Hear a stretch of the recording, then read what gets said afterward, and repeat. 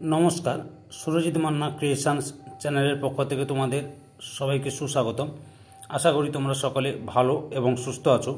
আমি তোমাদের জন্য এই ভিডিওটিতে তুলে ধরছি 2025 সালের মাধ্যমিক পরীক্ষার্থীদের জন্য এবিটিএ টেস্ট পেপার 2024-2025-এর বাংলা যে সমস্ত পেজগুলি রয়েছে তার মধ্যে আমি এই ভিডিওটিতে তুলে ধরব 203 নম্বর পেজের বাংলার এমসিকিউ ও এসকিউ প্রশ্নের সমাধান। আমি অলরেডি 9, 65, 89, 111, 133, 159, 184, 205 নম্বর পেজের ভিডিও সমাধান করে আপলোড করেছি। তোমরা ওই ভিডিওগুলো দেখতে চাইলে তাহলে আমার চ্যানেলের প্লেলিস্টে গিয়ে দেখে নাও। আর তোমাদের কাছে অনুরোধ, তোমরা ভিডিওটি না টেনে পুরোটা দেখো। ভিডিওটি কমেন্ট লাগলো কমেন্ট করে জানিও, ভিডিওটিতে লাইক দাও এবং শেয়ার করো। আমি 230 নম্বর পেজের প্রশ্নের উত্তরগুলো আলোচনা করছি। একে দাগে সঠিক উত্তরটি নির্বাচন করো। 1.1 তারপর ধমক খায়, তপন কেন ধমক খায়? অপশান ঘয়ে লেখাটি না পড়ার জন্য। 1.2 এই সুখবরে তারা সব খুশি হয়ে গেল। সুখবরটি হলো অপশান গয়ে লাথির চোটে অপূর্বের হাড় পাঁজরা ভেঙে না যাওয়ার খবর শুনে। 1.3 যাবই তো, না গিয়ে উপায় কি? অপশান ক্ষয়ে জগদীশ বাবুর বাড়িতে। 1.4 হীন আলাওল সুরচন কবিতার শেষে কবির আত্মপরিচয় দানের রীতিকে বলে। অপশান গয়ে ভনিতা। 1.5 কিন্তু অনুমতি দেহ বক্তা কিসের অনুমতি চেয়েছিলেন? অপশান কয়ে শত্রুপক্ষকে সমরে নিধন করার। 1.6 অস্ত্রের বিরুদ্ধে গান কবিতায় কবি শকুন বা চির বলতে বুঝিয়েছেন। অপশান ক্ষয়ে সভ্যতা ধ্বংসকারী শক্তিকে। 1.7 যারা ওস্তাদ কলমবাজ তাদের বলে। অপশান গয়ে লিপি কুশলী। তারপরে হচ্ছে 1.8 দাগে পাইলট কোন দেশের কলম? অপশান কয়ে জাপানের। 1.9 আমাদের সরকার ক্রমে ক্রমে রাজকার্যে পরিভাষা চালাচ্ছেন। শূন্যস্থানে উপযুক্ত শব্দটি বসবে। অপশান ক্ষয়ে দেশি। 1.10 দাগে দুইবার আমি হারানু রাঘবে চিহ্নিত পদটি কোন কারকের উদাহরণ? অপশান ক্ষয়ে কর্মকারকের উদাহরণ। 1.11 বাদক বাজনা বাজা এই বাক্যে বাদক হলো। অপশান গয়ে সমধাতুজ কর্তা। 1.12 সমাজবদ্ধ পদগুলির মধ্যে কোনটি উপমিত কর্মধারা এর উদাহরণ? অপশান গয়ে মুখ চন্দ্র। 1.13 ক্রিয়ার অর্থ প্রাধান্য পায়। অপশান ক্ষয়ে ভাব বাচ্চে। 1.14 বাংলার এই দুর্দিনে আমাকে ত্যাগ করবেন না এটি কি ধরনের বাক্য? অপশান ক্ষয়ে অনুজ্ঞা সূচক বাক্য। 1.15 সমাস কথাটির অর্থ হলো। অপশান কয়ে সংক্ষেপ। 1.16 প্রতিদিন সমাসটি গড়ে উঠেছে। অপশান ঘয়ে বিপসা অর্থে প্রতিদিন সমাসটি গড়ে উঠেছে। আচ্ছা 1.17 যতদিন বাঁচি ততদিন শিখি এটি কোন ধরনের বাক্য?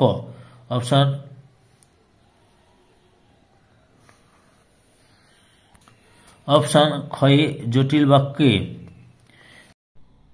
2 দাগে কম বেশি 20টি শব্দে নিচের প্রশ্নগুলির উত্তর দাও। 2.1 যে কোনো 4টি প্রশ্নের উত্তর দাও। 2.1 লোভটা সে সামলাইতে পারিল না কোন লোভের কথা বলা হয়েছে? উত্তর মানিক বন্দ্যোপাধ্যায়ের নদীর বিদ্রোহ গল্পে এখানে লোভ বলতে নদীর সঙ্গে নদের চাঁদের খেলার লোভের কথা বলা হয়েছে। সেই লোভের বশবর্তী হয়ে নদের চাঁদ স্ত্রীকে লেখা চিঠির পাতাগুলো একের পর এক নদীতে ছুঁড়ে ফেলে দিয়েছিল। 2.1 ছেলের দল আনন্দে চেঁচিয়ে উঠল, আনন্দের কারণ কী ছিল? উত্তর পান্নালাল প্যাটেলের লেখা অদল বদল গল্প অনুসারে অমৃত ইসাব নিজেদের মধ্যে কুস্তি লড়তে রাজি না হয় কালিয়া জোর করে অমৃতকে খোলা মাঠের মধ্যে নিয়ে গিয়ে ছুঁড়ে ফেলে দেয়। কালিয়ার জিদ হয়েছে ভেবে ছেলের দল আনন্দ হয়েছিল। 2.1.3 কিরূপ সদাশয় ব্যক্তি ইনি? কাকে কেন সদাশয় ব্যক্তি বলা হয়েছে? উত্তর শরৎচন্দ্র চট্টোপাধ্যায়ের রচিত পথের দাবি গল্পে গিরিশ মহাপাত্রের পকেট থেকে পুলিশি তল্লাচিতে গাঁজার কলকে উদ্ধার হয়। সে বলে পথে কুড়িয়ে পাওয়া এই কলকে তার নয়, যদি কোনো প্রয়োজনে লাগে তাই তুলে রেখেছে। এই কথা শুনে নেমেবাবু গিরিশ মহাপাত্রকে সদাশয় ব্যক্তি বলেছেন। 2.1.4 এটা আমার প্রাণের অনুরোধ। প্রাণের অনুরোধটি কী ছিল? উত্তর সুবোধ ঘোষের লেখা বহুরূপী গল্পে বক্তা জগদীশবাবুর নিজের বাড়িতে আগন্তুক বিরাগীকে কয়েকটা দিন থেকে যাওয়ার জন্য অনুরোধ করেছিলেন, তাকেই তিনি তার প্রাণের অনুরোধ বলেছেন। 2.1.5 মেসো অবশ্য মৃদু মৃদু হাসেন। মেসোর মৃদু হাসির কারণ কি? উত্তর, আশাপূর্ণা দেবীর রচিত জ্ঞানচক্ষু গল্পে তপনের লেখা নিয়ে যখন সারা বাড়িতে শোরগোল পড়ে যায়, তখন তপনের মেসো গল্প ছাপিয়ে দেওয়ার গর্ববোধ থেকে মৃদু মৃদু হাসতে থাকেন। 2.2 থেকে যে কোনো 4টি প্রশ্নের উত্তর দাও। 2.2.1 আমাদের পথ নেই আর, তাহলে আমাদের করণীয় কি? উত্তর, শঙ্খ ঘোষের লেখা আয় আরও বেঁধে বেঁধে থাকে কবিতায় আমাদের অর্থাৎ সর্বহারা মানুষের বাঁচার পথ যখন ক্রমশ সংকীর্ণ হয়ে আসে, তখন তাদের সহমর্মিতার সঙ্গে আরও বেশি সঙ্গবদ্ধ হয়ে থাকার কথা কবি বলেছেন। 2.2.2 থেকে ছিনিয়ে নিয়ে গেল তোমাকে, কে কাকে ছিনিয়ে নিয়ে গেল? উত্তর, রবীন্দ্রনাথ ঠাকুর রচিত আফ্রিকা কবিতায় রুদ্র সমুদ্রের বাহু প্রাচী ধরিত্রীর বুক থেকে অর্থাৎ বিশ্বের পূর্বভাগ থেকে আফ্রিকাকে ছিনিয়ে নিয়ে গিয়েছিল। 2.2.3 যাও তুমি তোরা করি কার প্রতি কে এই নির্দেশ দিয়েছেন? উত্তর, মাইকেল মধুসূদন দত্তের রচিত অভিষেক কবিতানুসারে স্বর্ণালঙ্কার বর্তমান অবস্থা নিরীক্ষণ করে লক্ষ্মী তোরা অর্থাৎ শীঘ্র ইন্দ্রজিৎকে সেখানে যাত্রা করতে বলেছেন। 2.2.4 এবার মহানিশার শেষে কি ঘটবে বলে কবি আশা করেন? উত্তর, কাজী নজরুল ইসলামের রচিত প্রলয় উল্লাস কবিতা অনুসারে মহানিশার শেষে করুণ বেশে অরুণ হেসে উষার আগমন ঘটবে। 2.2.5 বিস্মিত হইল বালা, বালার বিস্মিত হওয়ার কারণ কি? উত্তর, সৈয়দ আলাউল রচিত সিন্ধু তীরে কবিতায় সমুদ্র তীরে পতিত অচেতন রাজকন্যা ও রাজবধূ পদ্মাবতীর অসামান্য রূপ লাবণ্য দেখে সমুদ্র রাজার কন্যা পদ্মা বিস্মিত হন। 2.3 যে কোনো 3টি প্রশ্নের উত্তর দাও। 2.3.1 এতে রচনা উৎকট হয় কিসে? উত্তর, রাজশেখর বসু রচিত বাংলা ভাষায় বিজ্ঞান প্রবন্ধে অনেক লেখক তাদের বক্তব্য ইংরেজিতে ভাবেন এবং যথাযথ বাংলা অনুবাদে প্রকাশ করার চেষ্টা করেন, এতে রচনা উৎকট হয়। 2.3.2 শব্দের ত্রিবিধ কথার মধ্যে ব্যঞ্জনা বলতে কী বোঝো? উত্তর, রাজশেখর বসু রচিত বাংলা ভাষায় বিজ্ঞান প্রবন্ধে শব্দের অভিধানগত অর্থের অতিরিক্ত যে অর্থ প্রকাশ পায় তা হল লক্ষণা, আর অভিধা ও লক্ষণা অর্থের অতিরিক্ত একটি নতুন অর্থের দ্যোতনা সৃষ্টি হলে তা হয় ব্যঞ্জনা। 2.3.3 সমানি সম শীর্ষানি ঘনানি বিরলানি চ এর বাংলা অর্থ লেখো।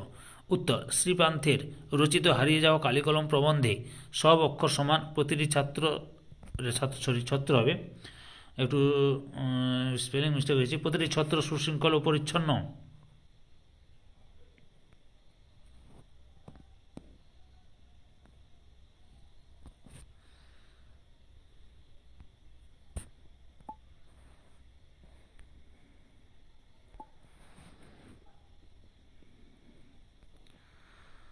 প্রতিটি ছত্র সুশৃঙ্খল ও পরিচ্ছন্ন।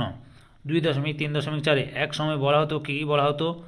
উত্তর, শ্রীপান্তের রচিত হারিয়ে যাওয়া কালিকলম প্রবন্ধে এক সময় বলা হতো কলমে কায়স্থ চিনি গভীতে রাজপুত। 2.4 থেকে যে কোনো 8টি প্রশ্নের উত্তর দাও। 2.4.1 শূন্য বিভক্তি কাকে বলে? উদাহরণ দাও। উত্তর, যে শব্দ বিভক্তি শব্দের সঙ্গে যুক্ত এই শব্দকে পদে পরিণত করে কিন্তু নিজে অপ্রকাশিত অবস্থায় থাকে এবং মূল শব্দটির কোনো পরিবর্তন ঘটায় না, তাকে শূন্য বিভক্তি বলে। উদাহরণ, ছেলেরা তাস খেলছে। 2.4.2 সমধাতুজকরণ কাকে বলে? উদাহরণ দাও। উত্তর, বাক্যে ক্রিয়াপদ ও করণ কারকের পদটি একই ধাতু থেকে নিষ্পন্ন হলে তাকে সমধাতুজকরণ বলে। উদাহরণ, কি বাঁধনে বেঁধেছ আমায়। 2.4.3 কোন দুটি বিভক্তি দ্বারা সম্বন্ধপদ চিহ্নিত হয়? উত্তর, র এবং এর বিভক্তি দ্বারা সম্বন্ধপদ চিহ্নিত হয়।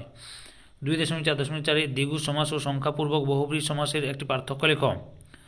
উত্তর, দ্বিগু সমাসে সমাহার কথাটি ব্যবহৃত হয় কিন্তু অপরদিকে সংখ্যাপূর্বক বহুব্রীহি সমাসে সমাহার কথাটি ব্যবহৃত হয় না।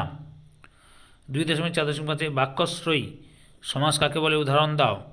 উত্তর, যে সমাসের সমাসবদ্ধ পদকে আশ্রয় করে এক একটি বাক্যের অর্থ প্রকাশিত হয় তাকে বাক্যাশ্রয়ী সমাস বলে, যেমন সবুজ, বাঁচা ও সমিতি। 2.4.6 মনোহর শব্দটির ব্যাস বাক্য সমাসের নাম লেখ। উত্তর, মনোহর সমান মনকে হরণ করে যে উপপদ তৎপুরুষ সমাস। 2.4.7 চোখ থাকতে কেউ অন্ধ নয় বাক্যটিকে প্রশ্নসূচক বাক্যে রূপান্তরিত করো। উত্তর, চোখ থাকতে কি কেউ অন্ধ হয়? 2.4.8 ঠিক হিসাবের মতো জামাটি না পেলে ও স্কুলে যাবে না বাক্যটিকে জটিল বাক্যে রূপান্তর করো। উত্তর, যদি ঠিক হিসাবের মতো জামাটি না পায় তবে ও স্কুলে যাবে না। 2.4.9 বুড়ো মানুষের কথাটা শোনো বাক্যটিকে ভাববাচ্যে রূপান্তর করো। উত্তর, বুড়ো মানুষের কথাটা শোনা হোক। 2.4.10 কর্মকর্তৃবাচ্য কাকে বলে উদাহরণ দাও। উত্তর, যে বাচ্চে কর্মকে কর্তৃপদ বলে মনে হয় তাকে কর্মকর্তৃবাচ্য বলে। উদাহরণ, বাঁশি বাজে। 3 দাগের প্রশ্নগুলি লক্ষ্য করো। এরপরে আমি তোমাদের বাকি প্রশ্নগুলি দেখাচ্ছি। 4 দাগ, 5 দাগ, 6 দাগের প্রশ্নগুলি কী কী রয়েছে লক্ষ্য করে নাও। সঙ্গে 7 দাগে, তারপরে 8 দাগে সঙ্গে E2B রয়েছে লক্ষ্য করো বা বঙ্গানুবাদ। লাস্টে 10 ও 11 দাগের প্রশ্নগুলি কী কী পড়েছে লক্ষ্য করো। সম্পূর্ণ ভিডিওটি দেখে আমার চ্যানেলে পাশে থাকার জন্য তোমাদের সবাইকে অসংখ্য অসংখ্য ধন্যবাদ।